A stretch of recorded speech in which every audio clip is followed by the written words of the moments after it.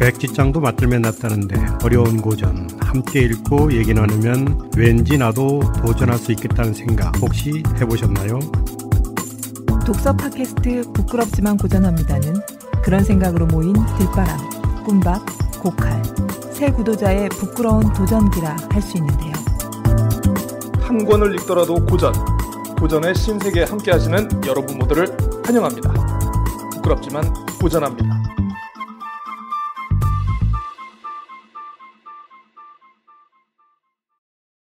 자, 부끄럽지만 고전합니다. 54회 방송 시작하겠습니다. 네, 세상의 모든 음모와 배신에 찌들 때 이분의 얼굴을 늘 바라보게 됩니다. 들바람님 나오셨습니다. 형님 같이 배신해? 네. 어떻게 할 거야? 난 이제 냇물을 아직은 제가 냇물을 쳐다보지 않아도 됩니다. 자, 북구고전의 녹음을 빛내주시고 풀철주야 노력하는 우리의 열정적인 그녀 꿈밤님 나오셨습니다. 안녕하세요. 가산을 탕실하고 세상의 모든 산을 돌아다니면서 나의 흔적을 남기리 김홍현과 같은 세상 여기저기 쏘다니고 싶은 고칼입니다. 김홍현처럼 이제 호연지기 세상의 모든 산을 날아다니면서 나의 이름을 남기리 개인적인 호연지기 이름을 못 새기면 나의 아유 죄송합니다. 제가 동물은 아니죠. 그런 동물은 아니죠. 제가 특이한 사람이에요 진짜. 나의 영역 표시를 하니 지금 그분이 있었으면 유튜버가 돼가지고 대박 났을 건데. 어머 김홍현 선생이 지금 있었으면 유튜버가 됐겠구나. 그렇지. 모든 제가 지금부터 금강산에 제 이름을 새기는 라이브 방송을 시작하도록 하겠습니다. 자, 실시간 댓글 하나씩 올라오고 있네요. 근데 내용 글 중에 보면 그 연암 선생도 산에다가 그 붓글씨로 자기 이름을 다녀가다 이렇게 쓰고 있잖아요. 맞아요. 예전에 다 그렇게 중국에서도 그랬어. 중국에서도. 이게 그냥 전통인가 보다. 전통인가 보다. 우리 해외 여행지 가면 그러니까. 그 민폐 관광객들 있잖아요. 아무 데서나 가서 낙서하시는 분들. 아니 그러니까 참 이게 또 재밌는 게 이게 또 어떻게 보면 자기의 이름을 남기고 싶은 거 아닙니까? 근데 이름에 대해서 연암 선생이 또 여기서 한 얘기를 하거든요. 이름에 연연하지 마라. 그렇죠. 근데 저는 사실 그 이름 좀 벽이나 쇠나 나무나 바위에 새기는 거 좀 이해가 되는데 네. 어떤 곳에 갔더니 선인장 거기다가 이름을 새기시는 그 얘기하려고 했어요. 선인장 왜 거기다 새기는 식물원. 거예요? 식물원 갔는데 왜 거기다 이름을 새기는 거예요? 쉽잖아. 쉬워도 그게 금방 사라지고 없어질 건데. 진짜 가득 새겨져 있죠. 난 솔직히 그 부분은 좀 이해를 못해. 선인장 애기들이 아니 필체가 애기 필체는 아닌가? 학생들 수학여행 온 학생들. 그럴 순 있죠. 네. 자, 하지 마세요. 그러면 오늘 2부 본격적인 내용 들어가기에 앞서서 저희의 또 철학 선생님 우리 들바람님께서 철학과 다 있다라고 저는 생각을 합니다. 실학. 네. 실학에 대해서 한번 조금 소개를 좀 해주시도록 하겠습니다. 네, 저 사실은 이 내용은 대부분 인터넷에서 주워들은 거 간단하게 정리했기 때문에 크게 도움은 안 되고 구체적인 내용은 직접 찾아보시면 아주 좋겠습니다. 갈수록 뻔뻔해요. 미안하네. 그 실학. 그래서 실학이 사실 한국의 조선에 썼던 건 줄 알았어요. 근데 아니고 일본일걸요? 아니요, 중국 명나라 말기 서구 과학이 유입될 때 썼던 단어가 실학이라고 합니다. 어쨌든 간에 이제 청나라 초기에 고증학풍이라는 게 있었어요. 한족 국가의 재부흥을 위해서 막 했던 고증, 예전에 고증을 했던 그게 뭐 경소고증이라 그러는데 요런 걸 했던 시대에도 실학이라고 했대요. 근데 조선의 실학은 거기와는 완전히 다르게 조선 실학은 제도 개선이 가장 중요한 목적이었던 거죠. 왜냐하면 우리가 임진왜란 겪고 병자호를 겪으면서 조선의 땅이 완전히 풍비박산이었는데 그나마 지식인들이 왜 우리 조선은 공격받고 왜 우리 조선은 전쟁을 해보니까 저기 나라에 희한한 무기들이 많은 거고 특이한 전략을 많이 쓰고 하니까 깜짝 놀래가지고 그리고 병법이나 이런 거 봤을 때 그리고 병사를 움직이는 제도를 봤을 때 우리하고 다른 게 너무 많으니까 뭔가 바꿔야 되겠구나라고 고민을 하기 시작했던 거죠. 그래서 관념적인 것을 벗어나자. 그러니까 사실은 전쟁 이후에 고민했던 것들이 실질적인 과학 그런 걸 좀 고민을 많이 했나 봐요. 그래서 그때부터 이제 조선의 실학은 전쟁 이후에 이제 고민의 시기를 겪으면서 발전한다. 중요한 건 지행합일.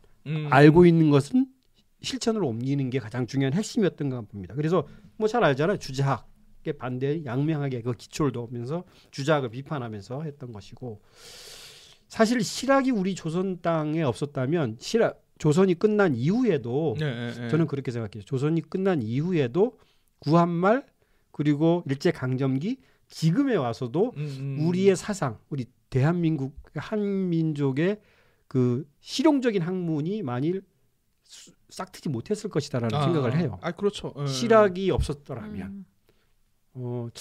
제가 이제 어느 나라라고 구체적으로 얘기하면 좀 욕먹을 것 같긴 하지만 대만에 갔을 때 약간 그런 느낌을 받았어요. 물론 대만은 이제 중소기업이 엄청나게 발전된 나라이기 때문에 사실 그 대만에 갔을 때 그 박물관이 그 본토에서 가져온 박물관들이 고궁박물관 엄청 많은데 그게 거기에 꽁꽁 숨겨져 있어요. 그리고 그걸 되게 자랑스럽게 얘기해요. 맞아요. 근데 그 자랑스러운 걸 누가 가장 좋아하느냐면 일본 관광객이 엄청 좋아한다는 겁니다. 일본인들이 물론 그 뭐 예전에 그 중국의 그 문물을 보기 위해서 그렇죠. 그런 거지만 아주 예전 것들을 이렇게 꽁꽁 숨기면서 하는 걸 보면서 과연 저럴 필요가 있을까? 대만도 한 국가로서 새로운 문화에 대해서 저렇게 펼쳤으면 어땠을까라고 생각을 했었어요, 사실. 근데 우리는 사실 우리나라의 고유의 조선 시대의 문화가 있고 그 바탕에 저는 실학이 있다고 생각하는데 어쨌든 그런 생각을 좀 했고 우리 한국인의 지금의 한국인의 전통이나 이런 실용적인 생각을 만들어줬던 바탕이 실학이다라고 생각을 해요. 물론 잘 아시겠지만 영정조 때에 수식인재가 찍국 평천하라는 그런 거를 현실적으로 혁신적으로 실용적으로 만들어 보자라고 했던 것이고 그 대표적으로 이거 외우십시오. 유영원의 반개수록, 이익의 성호사설, 정약용의 목민심서 대표적인 실학 센터입니다. 이거는 시험에 외우셔야 됩니다. 외우셔야 돼요. 이거. 근데 사실 이 내용은 잘 모릅니다. 제가 그래서 찾아보셔야 돼요. 우리가 읽고 있는 박지원은 18세기 같이 있었던 시기는 이익이 같이 있었던 시대였고 그 후배 정약용, 김정희 19세기 실학파의 이제 주요 핵심 인물들이고 참고로 이 김정희는 제주도까지 왔던 분이고 정약용은 뭐 잘 아시는 분들이고 그래서 한국인의 사상의 기본적인 흐름은 아마 실학자들의 사상이 더 깊이 지금도 흐르고 있다. 그리고 그 글들이 박지원의 글을 통해서 저희들이 그 맛을 느끼게 된다. 한자가 생명력이 있는 언어구나라고 느낄 수 있는 건 아마 실학자들이 한자를 그렇게 유창하게 썼기 때문에 그러지 않았을까 저는 생각을 해요. 만일 그런 거를 못 만들었으면 아마 중국의 한자를 그대로 사용하지 않았을 그런 중국의 생각에서 멈추지 않았을까 이런 생각합니다. 그래서 실학자에 대한 관심은 앞으로도 계속 가져야 되지 않겠나. 사실 우리가 저희가 작년에 재작년이었나요? 저희가 그 징비록을 다루면서 사실 이미 조선이 외구의 침략을 받아가지고 이미 변화하는 국제 정세라든가 어떤 세상이 바뀌고 있음, 어떤 과학기술의 발달에 대해서 이미 한번 느꼈는데 그럼에도 불구하고 조선이 복원력을 갖지 못한 상태에서 계속 명나라만 추종을 하고 있었죠. 그러는 상황에서 이제 그 여진이 세운 나라가 금이 되고 나중에 청으로 이제 국호를 바꿔가지고 결국 명을 멸망시키지 않습니까? 사실 이게 또 그러면서 또 이제 우리 조선에는 이제 병자호란이라는 어떤 그 굴욕적인 충격을 안겨두고 또 이제 뭐 삼전도의 굴욕 같이 되는데 사실 아마 사대부와 양반들을 중심으로 이때 받게 되는 정신적인 충격이 없을 수가 없어요. 그렇게 이미 임진란을 통해 가지고 우리가 뭔가 변화의 모멘텀이라든가 필요성에 대해서는 우리가 절감을 했는데도 불구하고 우리가 우습게 봤던 저 머리 빡빡 미는 애들, 뭐 댕기 따가지고 다니는 저 변발 애들한테도 우리가 이렇게 발리는구나에 대해서 좀 많은 반성과 이에 대한 어떤 그 반향적인 사고가 좀 많이 있었던 것 같습니다. 그래서 그 들바람님 얘기해 주셨던 것처럼 이제 뭐 정약용을 중심으로 해가지고 중농주의 학파. 나라가 부강해지기 위해서는 먼저 토지 제도부터 먼저 개혁을 하고 뭐 이거에 대해서 이제 소장농으로 하여금 이제 어떤 그 세금 징수라든가 요 분보에 대한 것부터 먼저 가자. 그러니까 쉽게 얘기하면 민주당이 얘기하는 그 토지 공개념 같은 그런 것들을 하자라는 그런 사람들이 있었고 아니다. 그것보다는 바로 저 청나라가 갖고 있는 어떤 그 서양 문물과 발달된 기술, 뭐 군사 기술이라든가 요런 것들에 대한 지식 습득부터 먼저 해야 된다라는 이런 북학파가 있었는데 박지원, 박재가가 이런 그 북학파의 그 대표적인 그런 분들이었습니다. 그래서 이분들이 이 그 내세우는 가치가 이용후생, 이롭게 써서 삶을 윤택하게 하는. 쉽게 얘기하면 그 맹자가 그 얘기를 하지 않습니까? 무항산 무항심이라고 배가 부르지 않으면 아무런 생각도 나지 않는다. 그러니까 사실 굉장히 그 민생과 어떤 삶에 있어가지고 굉장히 맞닿아 있는 그런 부분에 있어가지고 그런 얘기를 많이 하셨고 박지원 선생은 상징적이고 어떤 이론적인 것들을 굉장히 배척하고 실질적인 것을 많이 추구하려 했다는 게 실제로 이 글에도 많이 나오니까요. 그렇죠. 그 부분은 그 당시 이제 관념. 내가 관념이라는 단어가 생각이 안 났어. 관념에 사로잡혔던 당시 양반들에 대한 호된 질책, 그렇죠. 비꼬움, 그리고 그 양반들이 갖고 있던 그 앞뒤가 안 맞는 생각이죠. 사실 관념이란 게 원래는 앞뒤가 맞아야 되는데 앞뒤가 안 맞는. 그리고 그렇죠. 자기도 사실 왜 이렇게 생각하지라고 하면서도 그냥 따라가는 이런 삶이죠. 연암 선생도 되게 사대부 눈치들을 많이 봤던 것 같아요. 아, 그렇죠. 글을 조심조심 썼던 게. 그렇죠. 이 글에 나오면 이제 그 호질에 대한 게 나오지 않습니까? 호질에 대한 설명이 나오는데 뭐 호질은 이제 그 열하일기의 하나의 그 글 뭐 파트로 들어가 있는 부분이긴 한데 내가 중국의 어느 도시에서 벽에 걸려 있는 글을 내가 필사를 해가지고 그 글을 담았다라고 했는데 알고 보니 그러니까 이제 그 역작께서 판단하시기에 역작께서 해석하시기에는 본인이 직접 썼으나 사대부에 대한 비판이 워낙 비판의 수위가 심해가지고 옛날 우리 저 유토피아 할 때처럼 이거 내가 안 썼는데 나 누구한테 들었는데 옛날에 그런 방식이 많이 유행을 했나 봅니다. 우리가 이게. 고전 다룰 때 그런 것들이 꽤 있었죠. 그렇죠. 이거 내가 안 썼는데. 근데 우리가 읽은 고전들이 그런 게 많아요. 그 당시를 비판하고 그 당시를 새롭게 뛰어넘기 위해서는 당시에 그 기득권들이 싫어하는 말과 글을 쓸 수밖에 없잖아요. 그리고 그렇게 해야 이제 자기의 그 세력을 모으는데 대놓고 얘기할 수 없으니 없죠. 최소한의 안전장치가 필요한 거죠. 써놓고 도망가잖아요. 사실 이 연암으로 간 거는 우리가 생각하기에 산수 좋고 물 좋은 곳으로 간 게 아니라 도망간 거죠. 도망간 거죠. 저기 일단 눈앞에 띄지 않으면 그렇죠. 그리고 쫓아오기 멀잖아요. 저기 죽일 생각을 안 하니까 멀어. 거기까지 올라면 누가 올지 몰라. 어디 있는지도 모르고 버티는 놈이 이기는 거니까. 그렇죠. 그렇습니다.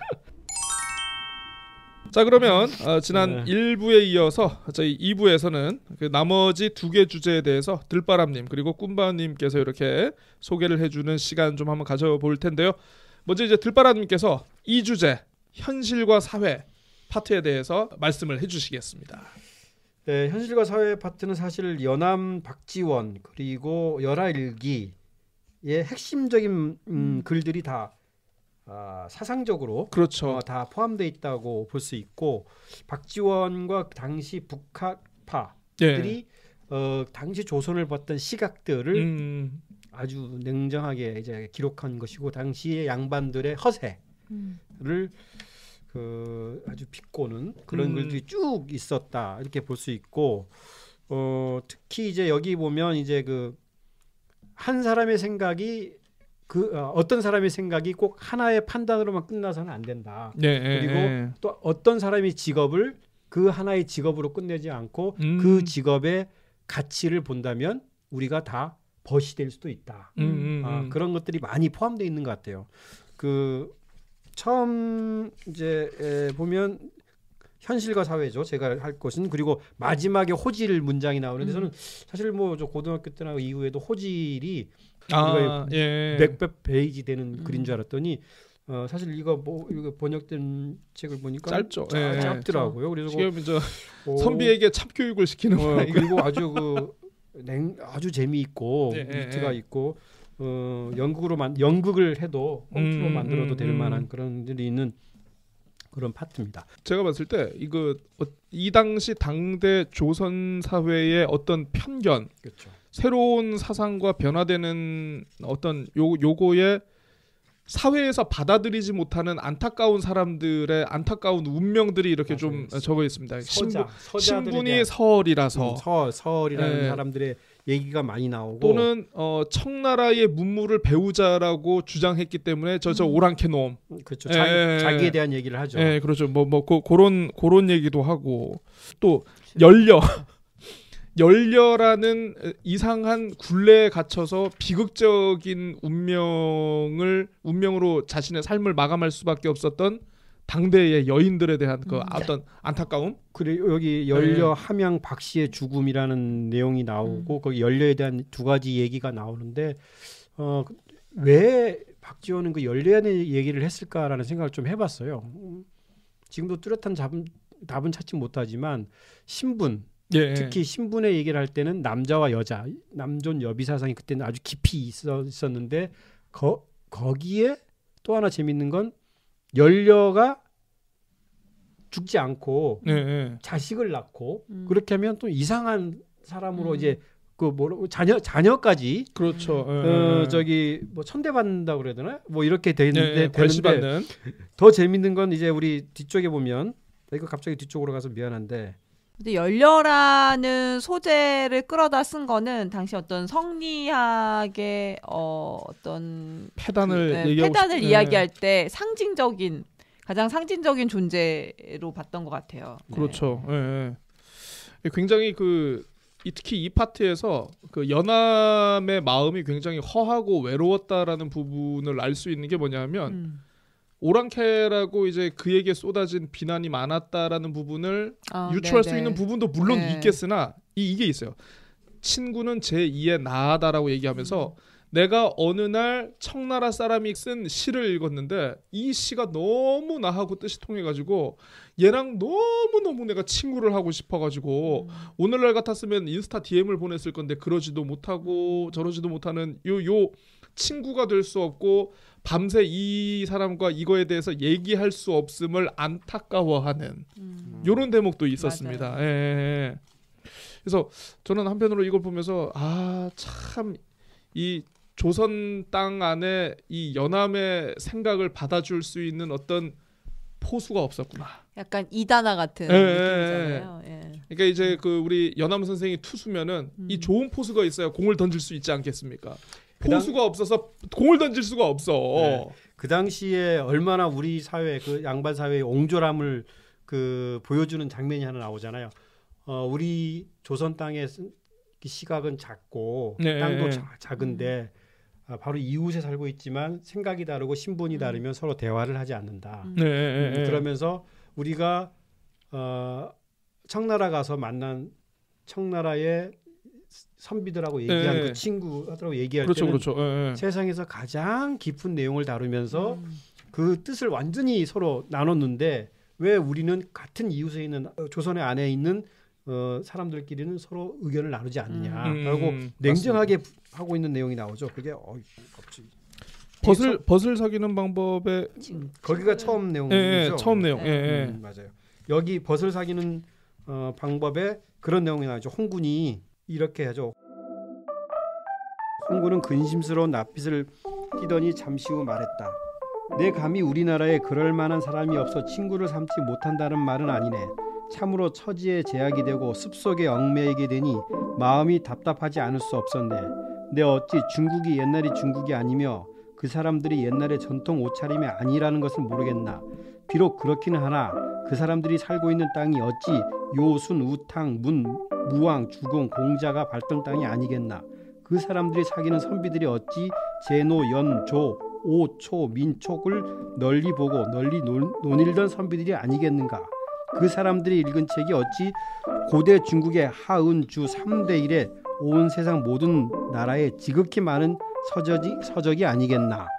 제도는 비록 변하나 도덕과 의리는 달라지지 않으니 이른바 옛 중국이 아니지만 또한 그 나라 백성으로는 살지언정 신하는 되지 않겠다는 사람이 어찌 없겠는가. 그렇다면 저들 세 사람이 나를 볼 때에도 중국인과 오랑캐로 구별해 입장이 드러나고 신분의 위계가 손상되는 것을 싫어하는 마음이 어찌 없었겠나.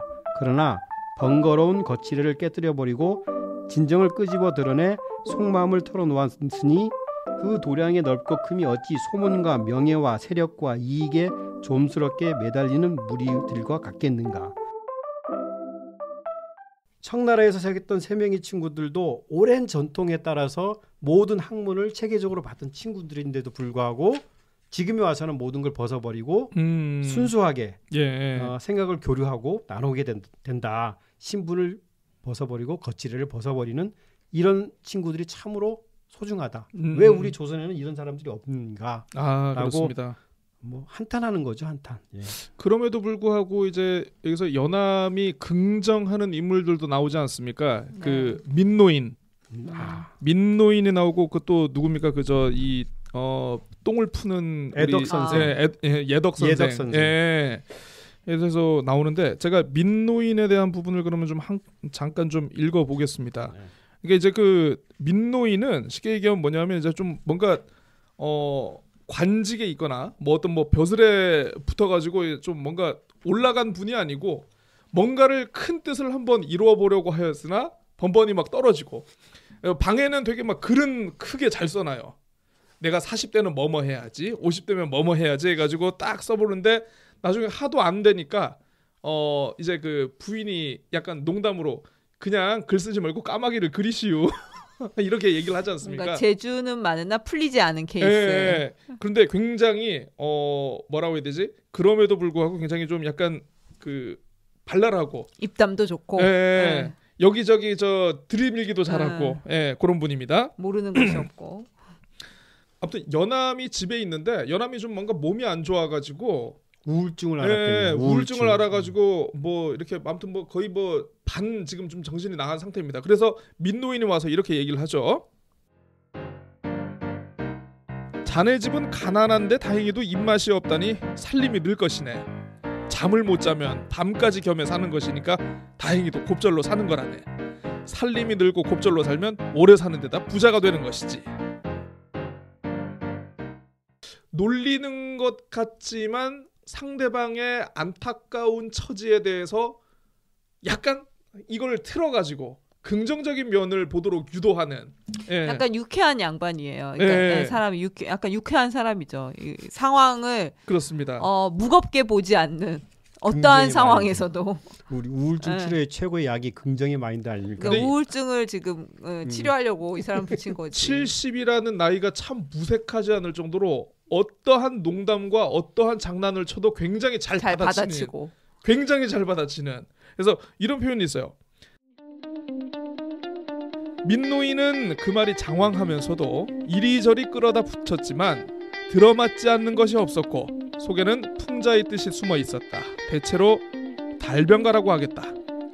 수십 가지 곤란한 질문을 해도 모두 메아리처럼 빠르게 답변을 하니 끝내 그를 궁지에 몰 수가 없었다. 자기는 칭찬하고 높이래 주위 사람은 조롱하거나 업신여겼다. 사람들이 모두 배를 잡고 웃어도 민노인은 얼굴색이 조금도 변하지 않았다. 근데 이제 이분도 결국 큰 뜻을 이루지 못하고 돌아가십니다. 그런데 여기 보면은 이제 이 민노인을 가운데 놓고 양반들이 계속 질문을 던지잖아요. 장난을 하죠. 넌 신선을 봐본 적이 있냐? 너는 뭐 귀신을 봐본 적이 있냐? 자꾸 물어보죠. 근데 이런 질문을 하죠. 영감님 오래 산 사람도 보셨나? 이렇게 물어보죠. 그러면서 토끼하고 두꺼비가 서로 얘기 나누는 걸 보죠. 이제 토끼하고 두꺼비가 얘기했더니 두꺼비가 토끼한테 이제 너 몇 년 살았냐? 두꺼비가 난 800년 정도 살았다. 그랬더니 두꺼비가 고개를 푹 숙이더니 토끼가 깜짝 놀라면서 너 왜 슬퍼하느냐 이렇게 물어보죠. 그랬더니 나는 사실 뭐 조금밖에 못 살았어. 근데 그동안 책을 엄청 많이 읽었어. 책을 뭐 이거저거 아주 오래전부터 책을 많이 읽었기 때문 정도밖에 안 돼라고 얘기했더니 토끼가 이제 두 번 절을 하고 뒷걸음질을 하면서 당신은 내 할아버지 뻘이다. 하고는 책을 많이 읽는 자가 가장 오래 산 사람이다. 아하. 라고 얘기하면서 이제 그런 내용을 제가 그래? 그러면 책을 많이 읽으면 저희 오래 살았네요.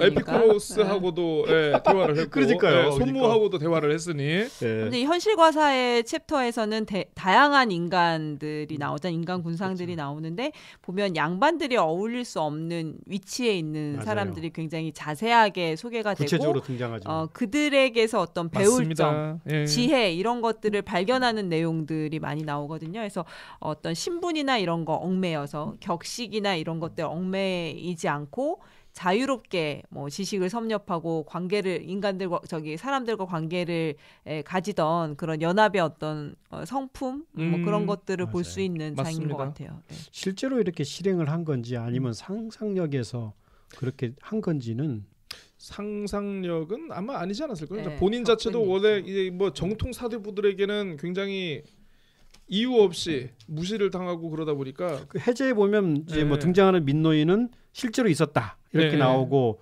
그 아까 했던 김홍 그 친구 거기도 실제로 있었다. 예덕 선생도 실제로 있었던 사람이다 이렇게 얘기는 하긴 해요. 근데 그런 사람들을 자세히 소개한다는 게 참 대단한 시각 같아요. 시각. 네 그렇습니다. 김홍연. 네, 김홍연.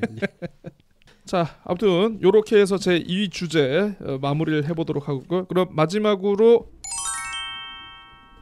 3주제 어떻게 보면 좀 개인적으로 가장 기대가 되는 이거는 어떻게 보면 우리 연암 선생의 고급 스킬을 오늘 빼먹을 수 있는 기회.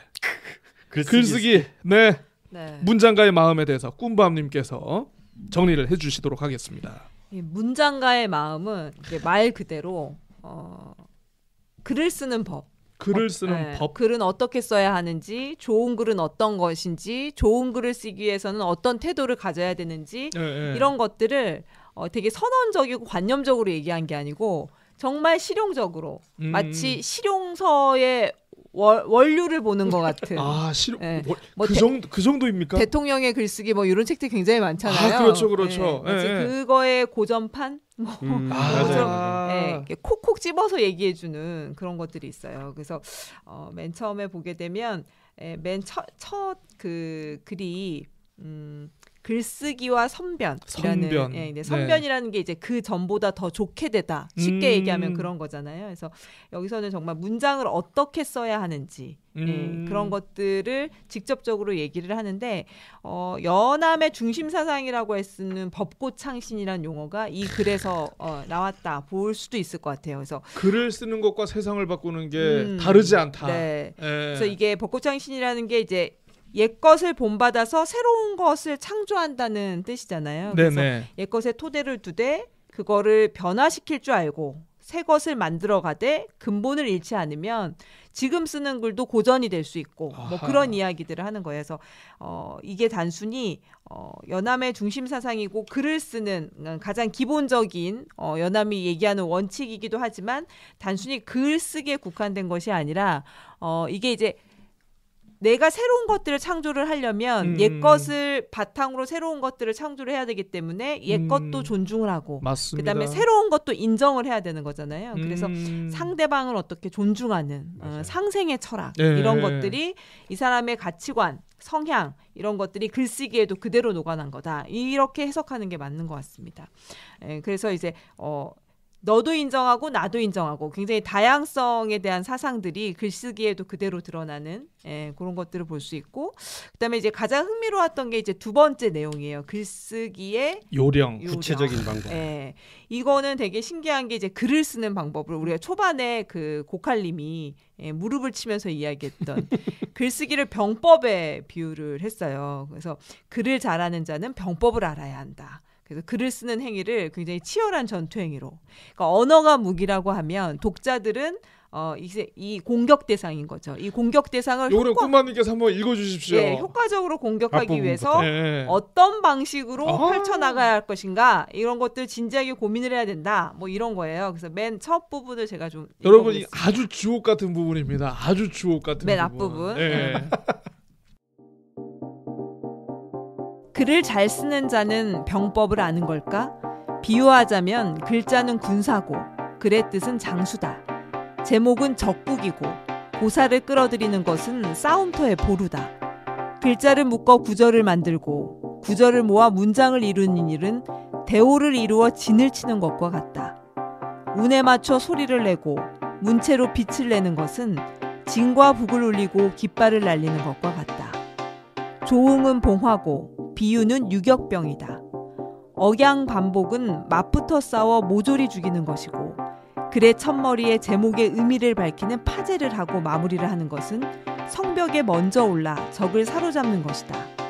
함축을 귀하게 여김은 늙은 병사를 사로잡지 않는 것이고 여운을 남기는 것은 군대를 정돈해 개선하는 것이다. 브라보. 정말 이 비유가 이게 연암의 글들은 사실은 비유가 굉장히 잘 되어 있잖아요. 그러니까 정말 무릎을 칠 정도의 비유인데 글쓰기에 대해서 정말 간략하게 설명한 최고의 글쓰기의 공식이라고 하면 좀 약간 좀 공식은 아니고 글을 쓸 때 어떤 자세로 써야 되고 어떤 그 방법을 구사해야 되는지 이런 이게 거. 많은 사람들이 저를 비롯해서 많은 사람들이 글이란 타고나는 사람이 쓰는 것이다. 그러니까 타고난 사람이 쓰는 것은 뭐냐면 결국 일필휘지. 그냥 그 옛날에 우리 조선 사대부들이 그런 놀이를 많이 했지 않습니까? 예를 들어서 스마트폰을 가지고 시를 하나 써보도록 하는 거. 스마트폰 가지고 막 순발력 테스트를 해야 돼. 순발력 테스트를 하다 보니까 이 순발력 테스트를 잘하느냐 못하느냐에 따라 가지고 글을 잘 짓고 못 짓고 상대방을 글로 설복시키고 뭐 설득하고 요런 것들이 있지 않습니까? 근데 연암의 얘기는 그게 전혀 아니에요. 굉장히 체계적이고 자구 하나하나까지 뭐 욕설도 썼다 그러고 세상에서 흔히 일상적으로 쓰는 용어들을 가지고 글을 썼다고 하는 걸 보면은 결국 여기에도 나와 있지만 글이 좋지 못한 것은 글자의 죄가 아니다. 글자의 죄가 아니다. 그러니까 연암이 이제 예전의 어떤 문장이나 표현을 답습하는 게 아니라 새로운 것들 그리고 뭐 비속어를 끌어다 쓰기도 했다고 했잖아요. 네. 여기에 그거를 이제 그 병법에 비추어서 이야기를 하는 걸 보면 군사를 잘 쓰는 장수에겐 버릴 군사가 없고 글을 잘 쓰는 자에게는 따로 가려 쓸 글자가 없는 것이다. 진실로 훌륭한 장수를 얻으면 호미, 곰방매, 가시랭이, 창자루도 굳세고 사나운 무기가 되고 헝겊을 찢어 장대에 매달아도 사뭇 정체가 새로운 깃발이 된다. 진실로 이 이치를 터득하면 집안에서 쓰는 상스러운 말도 학교에서 가르칠 수 있고 동요와 속담도 고상한 이하에 넣을 수 있다. 그러므로 글이 좋지 못한 것은 글자의 죄가 아니다. 글자의 죄가 아닙니다. 글자의 죄가 아니다. 미안하다 글자들아. 되게 현학적인 표현과 예전에 이제 그런 어떤 어떤 고정적인 표현들 뭐 이런 것들에 국한된 게 아니라 정말 다양한 말들을 통해서 그 문학을 하는 것이다. 글을 쓰는 것이다. 이 얘기를 하는 거죠. 사실은 이제 연암의 그러한 그 서체가 정조 때 이제 문제가 되기도 하고 그랬다고 하잖아요. 그래서 글 쓰기에 대한 어떤 요령, 법칙, 자세를 이렇게 아주 절묘하게 비유를 통해서 한 번에 이해되게 설명이 된 글이라고 생각해요. 이따가 또 사례가 하나 나오지 않습니까? 그 역관 이홍제 사례라 해가지고 그러니까 보통 우리가 사대부의 글이 진정한 글이고 뭐 역관이라든가 의관 이런 좀 약간 중인들의 글을 좀 약간 천시하는 그런 문화적 특성이 있었는데 역관 이홍제의 글이 진정한 글이다 라고 얘기하는 부분도 있었던 것 같고 그러니까 연암 자체가 굉장히 그 뭐 삶의 태도에 있어서도 그렇고 글을 쓰는 자세에도 그렇고 유연성을 굉장히 경직되지 않은 사고 접근 요게 많이 좀 녹아 있었던 것 같습니다. 이 글쓰기의 절정판이 사실은 그 전에 했던 그 소개가 제대로 안 됐던 호질에 있다고 저는 생각해요. 호질의 내용에 보면 뭐 그렇게 그런 내용까지 넣을 필요가 있나 하는 건데도 그 의미를 담기 위해서 아주 처절한 내용들을 막 담잖아요. 양반의 그 상스러운 모습에서부터 너는 임마 이러고 저러고 그리고 그 양반의 그 겉모습과 속모습이 다른 내용들 그리고 그런 것들을 쓰는데 사실 그런 글을 쓸 수 있었다는 것은 아마 글을 쓰는 방법을 제대로 알고 있기 때문에 하찮은 단어를 가지고도 큰 글을 만들어내는 글자의 잘못이 아니었던 거죠. 정말 그런 것 같습니다. 그러니까 특히나 이제 그 뜬구름, 그러니까 아무래도 실학을 하는 실학자다 보니까 뜬구름 잡는 어떤 그런 관념적인 글보다는 논리를 갖추고 기승전을 맞아요. 갖추고 뭔가 실체가 있는 그런 글들을 많이 그래서 이제 그 역관의 글 자체가 정말 너의 글이 진짜 훌륭한 글이다라고 이렇게 얘기를 한 게, 제가 그 부분을 한번 좀 읽어보겠습니다. 나는 처음에 의아해서 물었다. 본업을 버리고 이런 쓸데없는 일을 하는 것은 무엇 때문인가? 이군이 죄송해하며 대답했다. 이것이 과연 본업이고 과연 쓸데가 있습니다. 대개 사대교린의 외교관계에서는 글 잘 쓰는 것보다 나은 것이 없고 고사에 익숙한 것보다 더 중요한 것이 없습니다. 까닭에 사역원의 관리들이 밤낮으로 익히는 것은 모두 고전의 문장입니다. 제목을 주고 제주를 시험하는 것도 다 여기에서 취합니다. 나는 이에 정색을 하고 탄식했다. 사대부들은 태어나 어려서는 독서할 줄 알지만 자라서는 과거 문체를 배우고 기교를 꾸미는 별여체 문장이나 익힌다네. 과거에 합격하고 나면 아무짝에도 쓸모없는 물건이 되고 과거에 합격하지 못하면 머리가 하얗게 될 때까지 매달리지. 그러니 어찌 다시 이런 고전의 문장이 있다는 것을 알겠는가. 미천한 관리인 역관에게 부끄럽다. 물론 역관에게 미천하다고 표현한 것은 약간 좀 지적을 할 만하겠으나 이 당시의 사회적 분위기로서는 어쩔 수 없는 것이다. 중인이죠. 역관은 중인이었으니까요. 예. 굉장히 실용적인 글. 그러니까 역관의 글이라는 게 외교를 위한 글이니까 상대방을 국익을 위해서 상대방을 설득하는 글 아니겠습니까? 읽어야 될 사람이 많은 것 같아요. 네. 아무튼 그렇습니다. 이제 책을 읽는 요령에 대한 것도 나와요. 여기에 보면 이제 우리가 이제 글을 쓰는 것 말고 책을 어떻게 읽어야 하는지, 책 읽기의 단계, 그런 것도 나와 있는데, 요약을 먼저 하고 그다음 깨달아야 한다. 요약은 내가 어떠한 선입견이나 편견을 갖지 않은 상태에서 나를 비운 상태에서 있는 그대로 그것들 내용을 이해하는 것, 받아들이는 것이라고 하면, 그 다음 단계는 그 지식을 나한테 체화하는 것.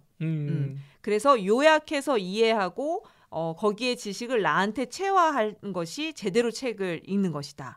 그래서 책을 읽을 때는 어떠한 편견을 갖는 것이 아니라 마음을 비우는 허가 전제되어야 하고 사사로운 목적을 갖고 책을 읽으면 글의 정수를 얻을 수가 없다. 먼저 비워야 얻을 수 있다. 라는 얘기를 하죠. 비워야 뭔가 들어갈 공간이 생기는 것이죠.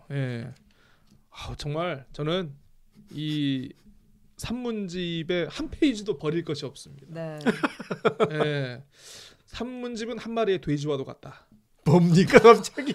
버릴 것이 없다. 버릴 것이 없다. 족발도 먹고. 그렇죠. 머릿고기도 먹고. 상당히 실용적인 굉장히 비유예요. 연함스러운 비유입니다. 실용적인 명쾌한 비유예요. 역시 산문집은 돼지다. 그리고 저는 이 챕터에서 개인적으로 제일 마음에 들었던 내용은 여기 매미 소리가 책 읽는 소리. 이거는 이제 글을 쓰고 표현하는 것이 어쩌면 이제 인간만의 것은 아닐 수 있다. 어떤 이제 그런 생물들도 나름대로 뭔가 자기끼리의 감정을 표현하기도 하고 그런 것 아닌가? 우리가 이제 글자를 알고 문자를 안다고 해서 우리만 잘난 체 하는 게 아니라 걔들도 걔들 나름대로 뭔가 표현하고 있어. 그렇죠. 약간 그런 약간 뭐 생태주의라고까지 할 수 있을지 모르겠지만 약간 그런 이야기들을 하는 부분인데 굉장히 짧은 글인데 제가 한번 읽어보겠습니다. 매미 소리가 책 읽는 소리. 그대는 신령스러운 지각과 예민한 깨달음이 있다고 남에게 잘난 척하거나 사물을 업신여기지 말게. 저들이 만약 약간이라도 신령스러운 깨달음이 있다면 어찌 스스로에게 부끄럽지 않겠으며 저들이 만약 신령스러운 지각이 없다면 잘난 척하고 업신여긴들 무슨 소용이 있겠는가. 우리는 냄새나는 가죽 부대 속에 문자를 갖고 있는 것이 남들보다 조금 많은데 불과하다네. 저기 나무에서 매미가 시끄럽게 울고 땅속에서 지렁이가 소리내는 것이 시를 읊고 책을 읽는 소리가 아니라고 어찌 장담하겠는가. 그래서 어떤 그 사람이 문자를 갖는다고 해서 잘난 척하지만 우리 존재만이 아니라 다른 존재에 대해서도 업신여기지 말고 그들에 대해서 좀 깊이 생각해봐라. 뭐 이런 그렇죠. 주문인 내용이죠. 예. 이게 비슷한 게 이제 여기도 이제 그 내용이 나와있지만 이제 그 천지사방이 모두 다 글쓰기이다. 독서다. 예. 나에게 모두 글쓰기와 같다. 그러니까 바라보는 게 곧 글쓰기를 하는 것과 같다라는 그런 표현들이 나왔던 것 같은데 일맥상통하는 것 같습니다. 네. 아무튼 정말 하나도 버릴 게 없어요, 이 글은. 그러니까 저는 이제 제가 이제 처음에는 이제 그 다른 파트를 소개를 했습니다만은, 그러니까 저는 개인적으로 이 책을 분철해가지고 4개 파트 중에 네가 하나만 갖고 있어라 그러면 저는 이 부분 글쓰기, 물론 뭐 글을 제가 뭐 그렇게 업으로 하는 사람은 저는 아니라고 생각을 합니다만은, 물론 뭐 기자의 글쓰기는 좀 약간 다를 수는 있겠죠. 근데 그럼에도 불구하고 너무나 탐이 나고 갖고 싶은, 정말 여기에 나오는 모든 내용과 이 그 방법론을 정말 체화하고 싶은 이런 게 정말 욕심이 많이 들었어요. 이 글쓰기가 당시 양반들이 봤을 때 어떻게 쓸까라는 생각을 좀 해봐요. 이걸 읽을 때. 왜냐하면 당시 양반들은 기존에 있던 성리학이라든가 맞아요. 주자학에 갔던 내용을 그대로 답습하고 반복하고 그걸 그 안에서 해석해야 되는 상황이었죠. 근데 이 박지원이 얘기한 형식의 글 읽기와 글쓰기는 그렇게 하면 안 되는 거죠. 완전히 안 되니까 당시에 이런 글쓰기는 파격적이었다고 저는 생각해요. 파격적이고 그렇죠. 도저히 쓰지 못하는. 그러니까는 박지원이 쓰는 예를 들어 호질과 같은 글은 죽었다 깨나도 못 쓰는 거죠. 그리고 그 앞에 여러 등장인물들을 실제 우리가 보기에는 중인 그 이하의 그 계급을 갖고 있는 사람들을 주제로 글을 쓴다는 것도 보면 당시 양반들로서는 도저히 이해할 수 없는 그리고 받아들이지 못하고 그런 글쓰기 자세가 아마도 청나라 가서 배워왔기 청나라 갔다 왔기 때문에 저기에 전통을 완전히 파괴하고 있구나라고 공격을 받는 중요한 요인이 아니었을까라는 생각을 해요. 그러니까 이거는 당시에는 도저히 이해하지 못하는 글쓰기 방법이었을 거라고 생각을 해요. 성리학을 전공하신 분들께서는 박지원 연함은 후루꾸였죠. 후루꾸. 저 어디 저 외국에서 이상한 거 봐가지고 말이야. 내용도 가볍고 쓰는 단어도 품위가 떨어지고. 그렇죠. 그러니까 뭐 이제 고사나 거기에 나온 것들을 그냥 인용해서 쓰거나 그거를 다시 반복해서, 그러니까 박지원은 상투적이라고 표현을 했지만 당시에는 그 뭐 고사나 이런 것들을 이제 글 쓰는데 다시 옮겨 쓰고 이런 것들이 잘 쓴 글이라고 쳤던 때잖아요. 그렇죠. 그러니까 전혀 다른 기준의 글이고, 실제로 이제 요 챕터에서 얘기를 하면 비슷함을 구하지 마라. 비슷함을 구하는 것은 참되지 않다. 세상에서 이른바 서로 같은 것을 말할 때 꼭 닮았다는 뜻으로 혹초라 읽었고, 분별하기 어려운 것을 말할 때 진짜에 아주 가깝다는 뜻으로 핍진이라고 말한다. 무릇 진이라고 말하거나 초라고 말하는 사이에는 가짜와 다름이라는 그 의미가 속에 담겨 있다. 비슷하기를 구하지 마라. 비슷한 게 다른 것일 수 없고. 그러니까 모방해서 글 쓰는 거에 대해서 굉장히 경계하라고 이야기를 하고, 그다음에 이제 몰두해야 된다. 이제 우리가 벽이라는 말을 쓰잖아요. 그래서 몰두해야 성취할 수 있다. 그것이 도에 있다. 여러 가지 이제 그 뭐라고 해야 되나, 쪽집게 강사처럼 좋은 글을 쓰려면 이렇게 해야 한다라고 얘기를 하는. 요런 것도 좋았습니다. 그러니까 예전의 사대부들이 글을 쓸 때 이제 명나라의 문명과 이 역사를 너무나도 찬양한 나머지 그렇죠. 한양이라고 쓰지 않고 장안이라고 쓰고, 맞아, 뭐 대감, 정승이라고 안 쓰고 이제 뭐 승상 요런 표현을 쓴 거에 대해서 좀 비평을 했죠. 이제 뭐 그 장안이라든가 승상은 모두 중국식 표현인데 엄연히 우리의 지명이 있고 우리의 벼슬 이름인데 왜 그걸 남의 것을 갖다 쓰느냐. 글을 쓰는 사람은 아무리 저급한 명칭이라도 꺼리지 말고 비속한 이야기라도 없애지 말아야 한다. 맹자가 말했습니다. 성은 다 같이 쓰지만 이름은 홀로 쓰는 것이다. 그렇다면 문자는 함께 쓰되 글은 홀로 쓰는 것이다. 네. 아무튼 요즘 요분이 책을 내면은 굉장히 잘 나갈 것 같다. 베스트셀러 갈다. 연함의 글쓰기. 그 당시 그 양반들의 글쓰기를 비판하는 그 대부분의 내용들이잖아요. 근데 본인이 잘 쓰니까 비판할 만해. 또. 그렇죠. 그리고 그 당시에 양반들은 글을 잘 못 써. 왜냐하면 예전 거 그대로 그냥 카피 했던 걸 계속 썼기 때문에 그 호질에 보면 근데 가장 무서운 말을 하는 게 있어요. 그 글을 쓰는 게 얼마나 무섭고 그 당시 양반들의 그 글쓰기 글이 무서움이 얼마나 그 범위 그 인간들이 얼마나 무서운가를 소개하면서 쓰는 말이 있는데 글의 무서움을 붓의 무서움으로 하나 소개한 내용이 있습니다. 이건 뒷부분인데 그 부분 하나 읽어볼게요. 사람들이 가장 무섭게 쓰는 도구들, 그러니까 전쟁을 통해서 이제 그 사람들이 서로 죽이고 하고 있는 게 얼마나 무서운가를 소개하면서 화포가 한번 터지면 소리는 화산을 무너뜨리고 불 기우는 음향을 흐트러뜨리니 천둥 번개보다 무섭다.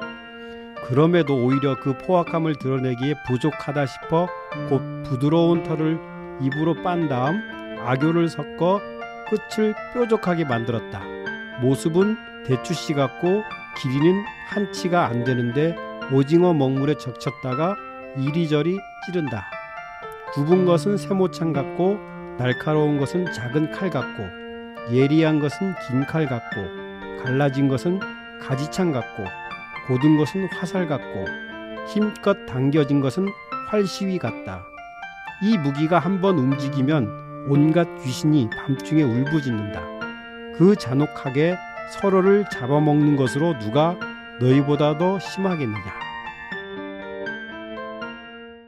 이게 뭐냐면 글이 붓으로 쓰는 글이 얼마나 서로를 죽이고 사대불 지들끼리 막 지금 글로 막 죽이고 있잖아요. 그 내용을 쓰는 건데 앞부분에 글쓰기가 얼마나 잘 써야 되는가. 누구를 죽이기 위해서 그리고 누가 경쟁하기 위해서 쓰는 게 아니라 진실을 담아서 써야 되는 글의 무서움. 근데 당시 사대부들은 그렇게 쓰지 않고 있다라는 모습을 요 호질에 이렇게 좀 소개했던 내용을 한 번 더 리바이브를 해보겠습니다. 아, 정말 좋았습니다. 이 글의 무서움도 좀 느껴봤습니다. 자, 어쨌든 저희가 2주에 걸쳐서 이 연암 박지원의 산문집, 연암 산문집에 대해서 다뤄봤는데요. 개인적으로는 소개하고 싶지 않은 책이었다. 왜요? 나 혼자만 숨겨가지고 읽고 싶은 그런 책이었다. 조선의 양반 같은 생각을 하고 있어. 이런 걸 왜 소개해? 나 혼자만 읽어야지. 아, 그만큼 그 뭐 어려운 책도 아니고 굉장히 내용도 현대적 감각으로 맞아요. 번역을 너무 잘하셨고, 어쨌든 제가 봤을 때 이 책이 좋았던 것은 팔할이 역자인 박수밀 교수 때문이다. 박수밀. 그러니까 지금 잠깐 검색을 해보니까 한양대학교 동아시아 문화연구소 연구 교수. 그러니까 그때 2011년에 소개된 단인데 그 이후에 어떻게 되셨는지. 아니, 그러니까 최근 기사에 그렇게 뜨네요. 아, 그래요? 최근 기사에 그렇게 있다고 하니까. 지금도 연구 교수예요? 연구 교수면은 더 높은 교수님 되셔야 되는 거 아닌가?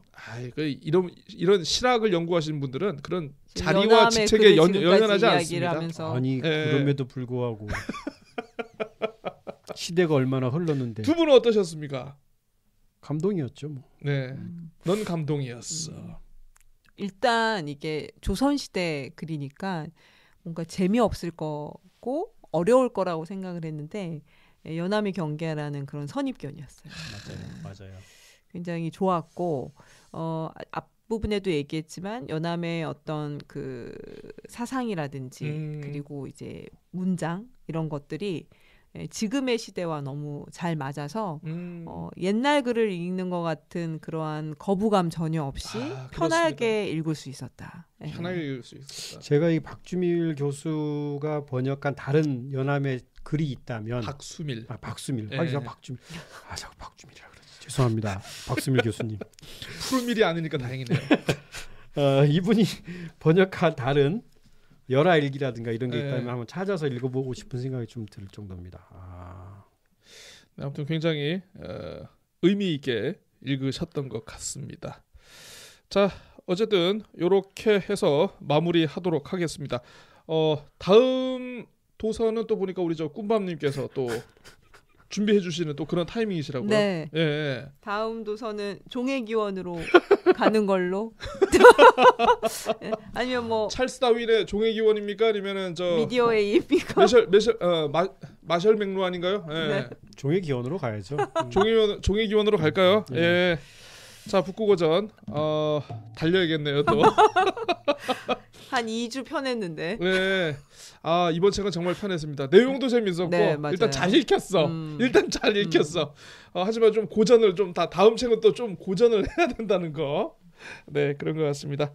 자, 2주 동안 저희 27번째 연암 박지원의 산문집 함께 해주셔서 감사드리고요. 여러분들도 꼭 한번 책 접하셔가지고 그 연암의 깊은 뜻, 저희가 얘기한 거 그 이상으로 깊은 뜻이 많이 있습니다. 저희가 2회 통해 가지고 다 어찌 걸 얘기를 할 수 있겠습니까? 소개 못한 곳들이 많아요. 네. 한번 다 해보시면서 특히나 이제 이 해제가 너무 잘 돼 있으니까 해제만 따라가시면 되신다. 편안하게. 네. 자, 2주 동안 함께 해주셔서 감사합니다. 저희는 다음 책 찰스 다윈의 종의 기원으로 다시 돌아오도록 하겠습니다. 안녕히 계십시오. 안녕히 계세요.